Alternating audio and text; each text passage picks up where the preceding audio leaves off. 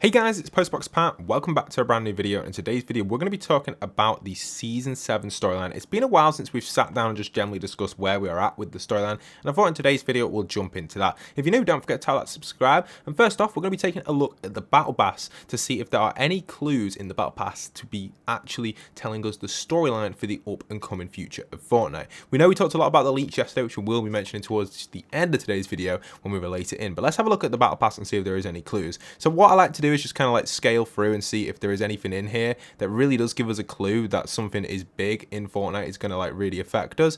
And so far, I can't really see much really in here that really is going to be huge for the storyline in these first few tabs. But then when we get down to page 5, there is a loading screen here, which I think is really crucial. The Spire strike. Obviously, this is talking about the destruction of the Spire, but something we never saw in the game, and you can see obviously Sloan and her IO team there, Sloan and IO, are deployed at this point in the game when that does get destroyed on the Spire. So a nice little loading screen. Doesn't really give us too much, but kind of gives us an overview of what happened during the transition from here to Season 7, so Season 6 to Season 7. And again, keep going through. There isn't really much in this section really that's given us any too big of a clue. Down here, we do get one of Zig, so really just kind of given evidence that he was going to be added in as a boss at some point. Obviously, he never got really fully added in as like a main boss. He is like obviously a big one in the game, but he wasn't like put at like an exact POI. He is rotating around the map. We'll talk more about that though as we get in. There's also this one as well with Salone's mission. So this is actually a really crucial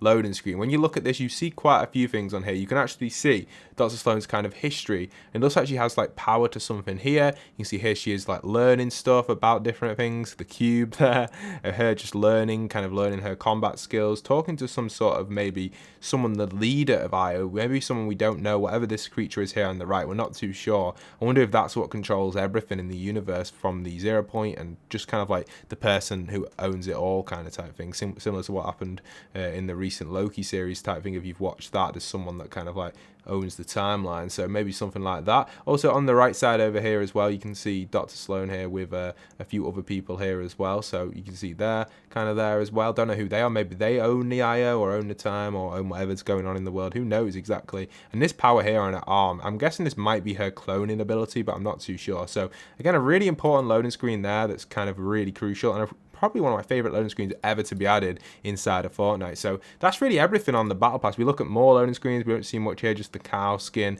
We keep going through. Obviously see the introduction of Rick there as well, kind of like just coming into the world. And that's really it we see on there. There isn't anything else I can really point out, even on the up and coming rewards. This is all Superman related. So again, nothing too much there. Really, Superman might have an impact on it. You can see there's some more ships getting added in there. So maybe he will change the face of the storyline. Anyway, let's pop into replay mode, because I always like to go over there and show you guys what we have on the replay side. It is very important to show you guys, so let's load that up and pop on in here. So here we are, replay there. That's going to be the perfect one, and we're going to go in. So yeah, the storyline itself is definitely transitioning quite nicely. I think at the minute it's a little bit slow. We've seen the actual UFO itself rotate around the entire map, as we can see here while I'm in the game. We've got the giant UFO here, which has moved all the way over to this coral side of the map, and I have a feeling that it's going to move. Oh, why is it teleporting me back to here? I have a feeling that it's going to move slowly around the map as we continue. So let's go back into free mode, kind of glide around and show you guys what we have. So you can see obviously the UFO is kind of just stationary now,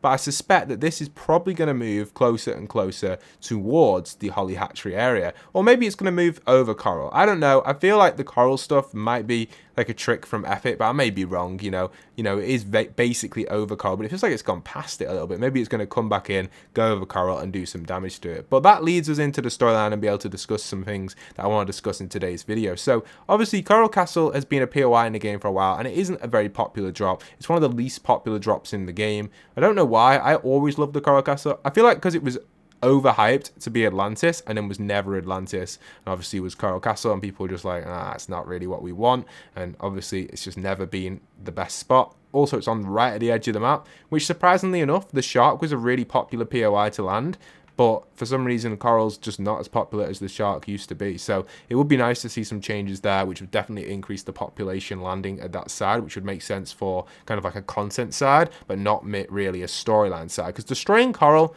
doesn't really give us much for the storyline, in my opinion. We know that the aliens have some sort of connection with the power of the dark matter, dark element. We can see that up here. It isn't the exact same symbols as Kevin, but it definitely is the same color. So keep your eyes peeled for that. We'll have to see what's going to happen with that. Also, we know that Holly Hatchery as well this season has now had some mega changes storyline related, where the aliens have now deployed themselves here. The trespasser aliens are now actually taking over this section and managing to kind of control a part of the map, which definitely will spark alerts in the IO community. Speaking of IO though, if we head over to their base, we know that IO do have current power to Kevin on the outside of the loop, so I suspect they are going to implement some sort of Kevin type system into the game at some point. There are rumors from the leaks yesterday that Kevin could be returning at the end of this season with a queen control in it. Not so sure how that would work, but it'd be pretty cool. Speaking of IO though, what I wanted to say is these radar dishes have definitely got something to do with the storyline.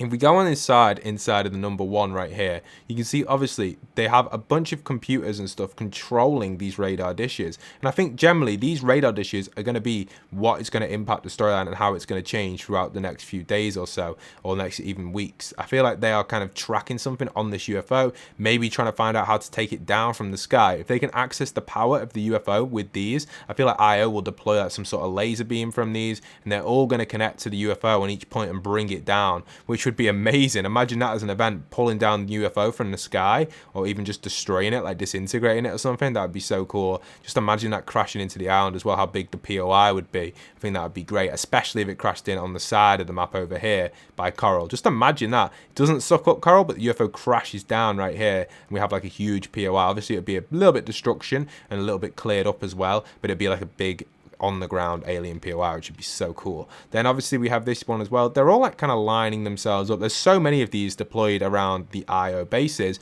and that's really where we have kind of like turn to with the storyline currently. We're kind of sat in kind of like a stalemate at the minute, waiting for the next kind of step to take place in the next few updates to see what's going to happen with the IO and aliens battle currently going on in the Fortnite world. It is very exciting stuff. Dr. Sloan definitely feels like she's got some plans going on in her office. She definitely is a bit more advanced than more people. We know that she's going to kind of plan a few different things and maybe even access some of the alien like software or devices on the ship. You can see she has something over, I guess this is over kind of, it feels like the water's dried up on this picture, so it's over by the sweaty sands, not sweaty sands, sorry, the steamy stacks. They've got like a little UFO over there, but the water's drying up, so I wonder if that's going to be part of her plan as well, to dry up the water or something, or maybe that's part of the aliens plan. Who knows? I can't really put like a team on that sort of plan, but that is also rumored as well. The water's going to dry up because my friend Kumo actually found out that you could actually see the water drying up on these pictures. So yeah, kind of similar to the season 3 stuff. I think I'd like that. Is that even coral destroyed on there? So coral is not fully destroyed on there, but you could possibly imagine what it would look like. So definitely some exciting stuff here. We're going to suspect a lot going on in the next few weeks or so with the storyline. Even Rick and Morty could have some sort of part to play on the storyline. It's not 100% confirmed what they're going to do just yet, but I feel like there might be more characters coming in the future from the Rick and Morty series that might allow some sort of little change to the storyline, or maybe just a character introduction, not a massive storyline change, because obviously Fortnite like to keep their storyline related mainly to their own content rather than putting in different IPs or different collabs. They like to kind of just allow their Fortnite content to control what's going on in the world of Fortnite. So this does definitely give me season 4 vibes though. I feel like they're going to do something similar to season 4 with like the reactor that Stark used and stuff to take out Galactus, but I think it'll be a little bit different. I feel like the event this season is going to be mega as well. Is it going to let me out of here? Come on, let me out.